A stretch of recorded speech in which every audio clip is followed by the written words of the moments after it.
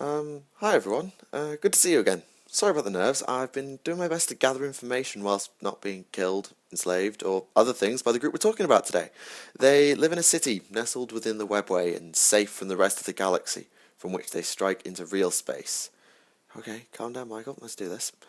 They are possibly the most sadistic race currently active in the 41st millennium, enslaving those they raid as well as killing them in order to preserve their atrophying souls by feeding on their victims' pain. See why I'm so terrified of being caught by them now?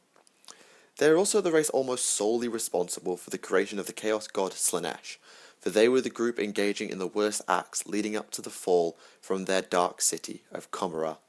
They are the Eladrith Inais, better known as the Dark Eldar. My name is Michael for Tactica Imperialis, and welcome to 40k Stories. The Dark Eldar came into existence as a separate faction in around M29 to M31 with the fall of the Eldar. The time frame is slightly vague on the matter. The Eldar Empire was at the height of its power, and almost everything menial or militaristic was handled by artificial constructs, assumedly the same idea if not carbon copies of the modern Wraith constructs. This meant that the Eldar got very, very bored, capable of doing anything they wanted. This, sadly for the rest of us, meant that many parts of the Eldar Empire fell into hedonism, pursuing evil and sadistic arts. Violence ran rampant, and Commorragh was no different, with pleasure cults infecting it just as surely as the rest of the Empire. Eventually, the warp began to reflect this, as it is prone to do for psychic races, and a new entity, a god, began to fall. It haunted the dreams of the Eldar, but they took no heed, going so far as to descend to cannibalism. Some groups did take note and fled, including the Exodites and those who would become the Craftworld Eldar, but it was not enough to save the Eldar race from their eventual fate. The growing god was born with a psychic scream so powerful it affected the Eldar the galaxy over, killing the vast majority of those in real space and absorbing their souls.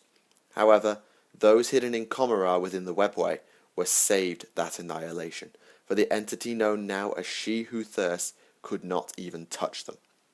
Those living there were unrepentant for their actions, but soon learned that Slanesh was able to consume their souls upon death. In response, those who would become the Dark Eldar, the name was not actually adopted until much later, decided that they would preserve their souls by simply never dying, and so they began to feed upon the suffering of others in their stead in order to sustain and rejuvenate themselves. Of course, this meant that they needed to be able to sustain their entire populace, and so the infamous real space raids began. Pray they don't take you alive. The Dark Eldar inhabit the Dark City, Commorragh, a former port of the Eldar Empire hidden deep within the webway. Commorragh was able to access almost anywhere in real space, which makes it of great use to the Dark Eldar for their raids. It is extremely large, larger than any planet or even some systems, and is divided up into districts run by the various Cabals, who also host the witch cults who have those Cabals' favour. Of course, as there are no stars within the webway, the Dark Eldar have been forced to steal entire stars from real space in order to bring light to the Dark City and supply it with energy. Whilst I haven't been able to do a full tour, what with the whole trying not to get captured and stuff, there are various special locations or regions. These include the Port of Lost Souls, the primary port in Commorragh where raids leave and slaves enter, that is constantly warred over by the various Cabals. In the Old City, the oldest part of Commorragh, perhaps unsurprisingly, lie vast factories that churn out the armories of the Dark Eldar through slave labour. The slaves are drawn from a vast number of races, including other Dark Eldar of low ranking or simply disgraced. One region I would urge you to avoid is Eilindrak, home of the Mandrakes, and actually spread across several dimensions. Yeah, it's a little bit weird. There are then three major zones: low, high, and middle darkness. Low Commorragh is now a feral zone, stalked by beasts and madmen along with impoverished slaves and scavengers, for if a Dark Eldar does not feed regularly, it does not kill them, but it leaves them pallid and ravenous. Middle darkness lies above, and is inhabited by the various Hellion gangs, who battle constantly on their skyboards filled with combat drugs. High Commorragh is the upper class district, home of the Archons who rule the Cabals along with other warriors or individuals of a high social standing in their towering spires. Along with the main realm of Commorragh itself, you have several satellite realms connected via portals to the city and integrated into it after being conquered by the ruler of Commorragh, Asdrubael Vecht. Vecht is said to have been born before the Fall, making him one of the oldest living beings in the galaxy, if true. He first appeared in Commorragh as a slave, working in the munitions factories of one of the Archons. At this time, Commorragh was ruled by various noble houses who had survived the Fall, where the title of Archon was as much a birthright as a show of skill. Using his wit, Vecht worked his way up the ladder in Commorragh, getting as high as he could as a non-noble, before founding a group known as the Cult of the Black Heart. This group became a force to be reckoned with in and of itself, uniting many of the sub-realms under its brutal rule, though it was still nothing compared to the noble houses until Vecht set the wheels in motion for an almighty coup in M35. By plundering Imperial shipping lanes and then accidentally leaving the door to Commorragh open, Vecht engineered an Imperial invasion of the Dark City after capturing a strike cruiser of the Salamanders chapter. This allowed a psychic beacon to draw more Imperials into Commorragh, including a battle barge and several more strike cruisers from various chapters.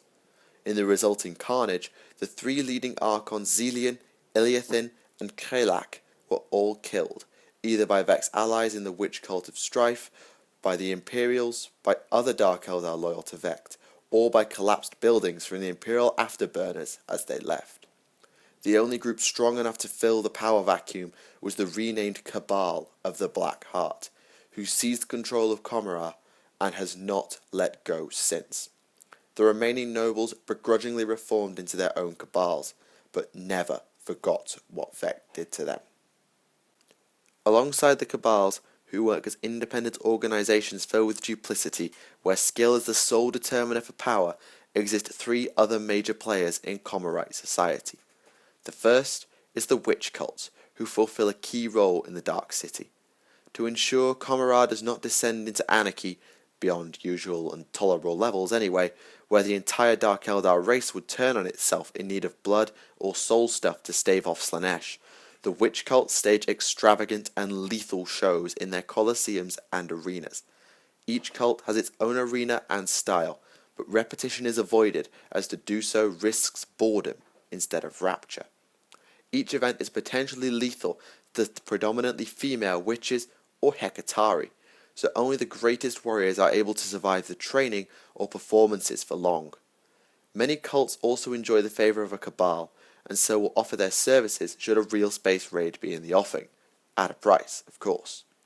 The witch cults also encompass the Reaver jetbikes, whose riders are all cult members, the Beastmasters, who travel and or perform along with a menagerie of lethal Xeno beasts, and the Hellion gangs, who work with the cult as both protection and practice, as well as the source of combat drugs. The second group is the Homunculus Covens, who are the nearest things to quote-unquote medics in Dark Eldar society. The homunculi within the Covens are master artisans of the flesh, able to create abominations such as the grotesques and the terrifying engines of pain. Their assistants, known as racks, will tend to the growth/fertilization tubes that keep the Dark Eldar population topped up. There are still conventionally born Dark Eldar, though, known as the Trueborn. The Covens are also able to bring back warriors from the dead, provided the Cabal in question can get the body to the Coven in time. Don't ask how, I found out, and by the Emperor was it scarring. And an exorbitant fee is paid in slaves, the primary currency for Commorragh. The Covens also use far more esoteric and unique weapons, such as liquefier guns, scissor hands coated in venom, interdimensional portals, and other things so damn convoluted and terrifying I just stopped reading. The final group in Commorragh, smaller than the others, is the Incubus sect. Elite warriors in ornate armour who function as bodyguards or enforcers for those able to pay them. To join fully, an Incubus must first survive the training and then hunt down an Eldar aspect warrior, kill them, shatter their soul stone, and refashion it into a tormentor. Supposedly founded by the fallen Phoenix Lord Ara, the Incubi are politically neutral and so make the greatest protectors an Archon can find, especially when one factors in their armour, which is as tough as Astartes plate, and their utterly lethal close combat weapons, known as claves.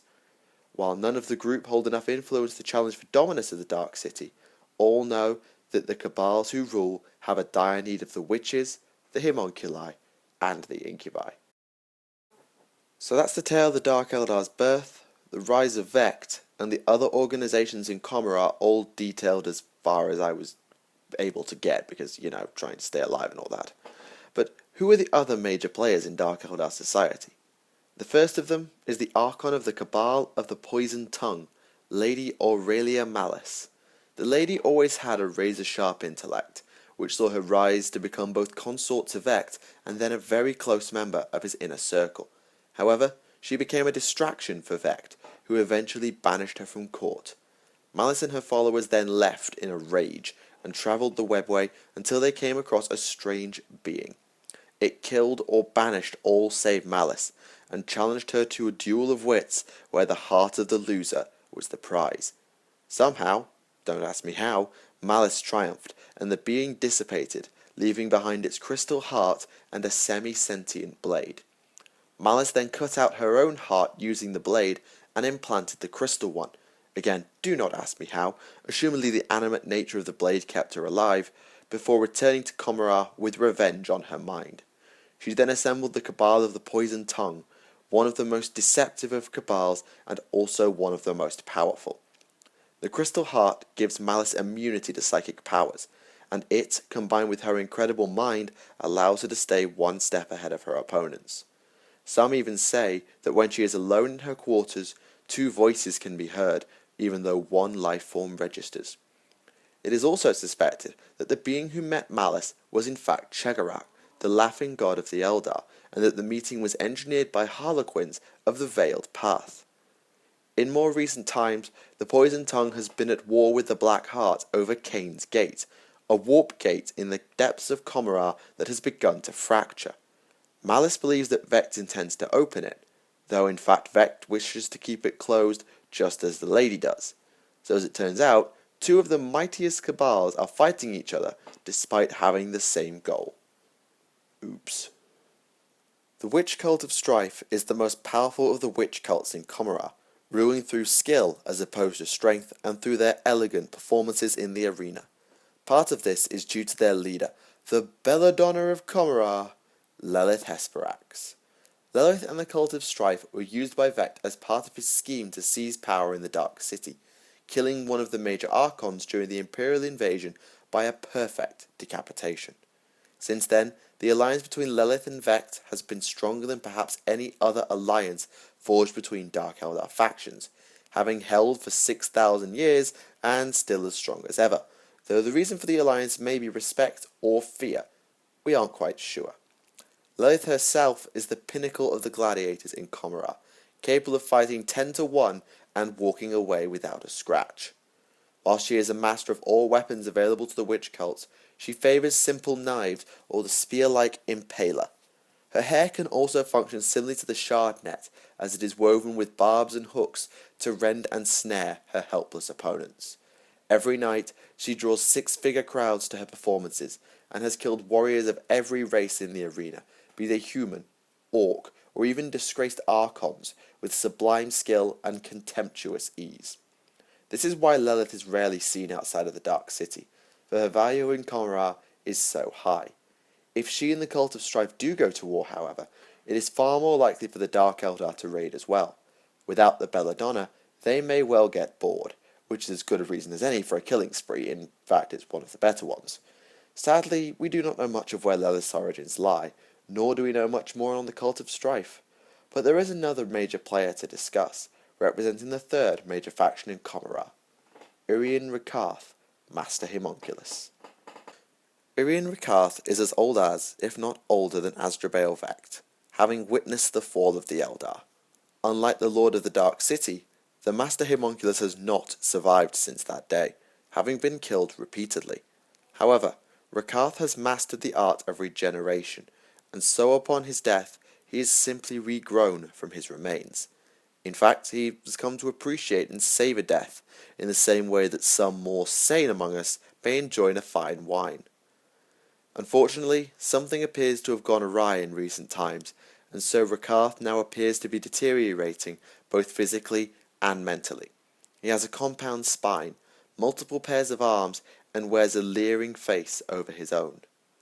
This does not make the Master Homunculus any less dangerous, mind you, as he is proficient with all weapons of the Covens and is capable of creating even greater versions of grotesques. Created from prisoners of the Covens, the grotesques are massive lobotomized abominations with greater strength and resilience than other Coven soldiers, and Rakarth is capable of not only creating tougher ones, but smarter ones too. Rakarth leads the Coven known as the Prophets of Flesh, a group also closely aligned to the Cabal of the Black Heart, fascinated with the conversion of Xenos into grotesques. This was the group responsible for screwing over the Tau a while ago. Anybody remembers that story? The Prophets of Flesh are also soothsayers of a sort, interpreting their atrocities to learn of the universe's secrets. This is a practice outlawed in Commorragh, pretty much the only thing that is banned in the Dark City, to be truthful, for any psychic activity could draw the eye of Slaanesh and thus damn the Dark Eldar. So it is something the Prophets must keep hidden from Vect and his Cabal. There are two minor players, at least compared to Vect & Co., who have gone rogue in some way, and yet have still maintained their notoriety. The first is the Lord Hellion, Baron Sathanix. As a high-ranking Cabalite in the Slashed Eye Cabal, Sathanix was banished for bringing an Eldar Farseer into Commorragh. Remember what I said earlier about psychic powers being banned? Well, can you think of a better Slaanesh magnet than a Farseer? Because, well, I can't. He managed to escape capture, killing those escorting him before fleeing and establishing an army of his own. Within a year, the House of Sithrax, the Archon of the Slashed Eye, fell to Sathanix's rebel force, and ever since the Lord Hellion has been one step ahead of everyone, thanks to the prize that cost him his place in the Cabal. Sathanix slew the Farseer he had captured, and wears the bones of the Psyker on his cloak, allowing him to see slightly ahead. The other rebel is Duke Trevelyan Sliskus, the Serpent. Something of a glory hog, the extravagant Duke grew bored of the politics of Commorragh, and so rather than slink away, he decided to steal 3 Cabalite flagships before becoming head of a corsair or pirate fleet. Sliskus remains extremely popular amongst Commorragh exiles, even though his extreme changeability and odd mannerisms make working with him an extremely high risk.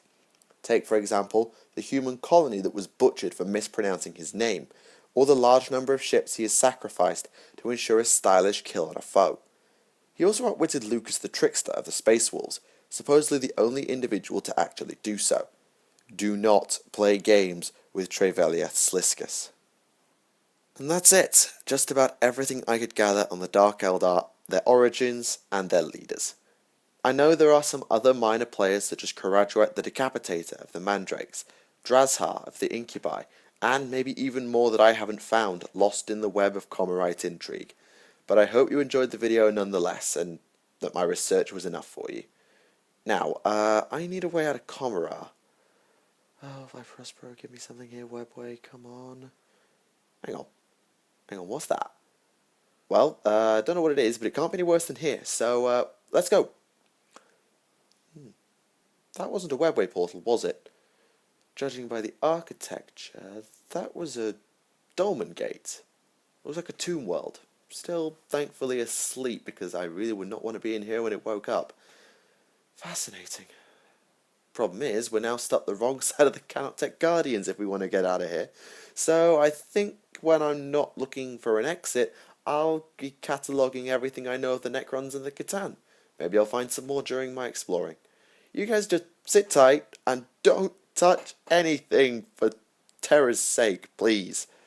My name is Michael for Tactica Imperialis. Thank you all for watching, and I'll see you all again. Goodbye.